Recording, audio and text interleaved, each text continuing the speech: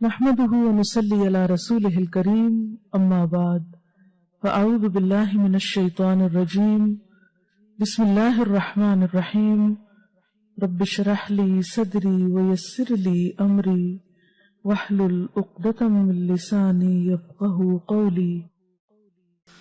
اور حضرت صوبان سے مروی ہے رسول اللہ صلی اللہ علیہ وسلم نے فرمایا قدر اور قضا کو کوئی چیز رد نہیں کر سکتی سوائے دعا کے، یعنی تقدیر، دعا سے تقدیر کا علاج بھی ہو جاتا ہے۔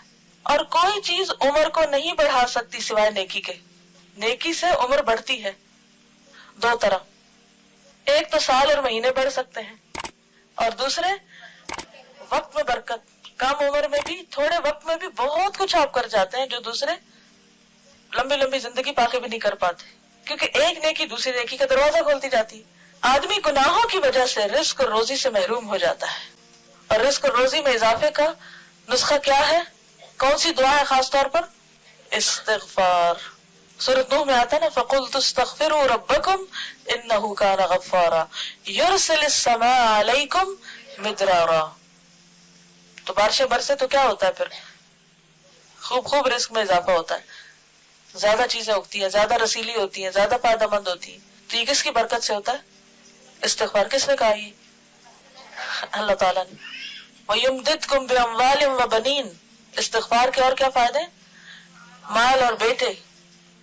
وَيَجْعَلْ لَكُمْ أَنْهَارًا، نہریں اور دریا بہنے لگتے ہیں۔ آسمان کی بارش آتی ہے اور اس کے بعد زمین پر پانی کی فراوانی ہو جاتی، اور اگر بارش نہ بھی آئے تو زمین پر بھی پانی ہوتا ہے، یعنی رزق میں کمی نہیں آتی پھر۔ تو یجعل لکم انہارا، تمہارے لیے نہریں بن جائیں گی۔ لیکن ضروری ہے کہ کیا کرتے رہے ہم؟ استغفار، استغفار نہیں، استغفار۔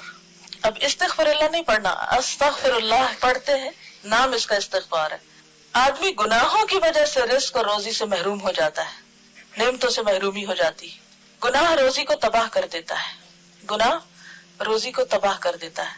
لیکن ہم میں سے کتنے ہیں جو اعتراف کریں کہ ہم گناہ گار ہیں؟ لوگوں کے سامنے دہراتے رہتے ہیں، اللہ کے سامنے کم ہی اعتراف کرتے ہیں۔ تو سچے دل سے استغفار کیجئے۔ جزاکم اللہ خیرا۔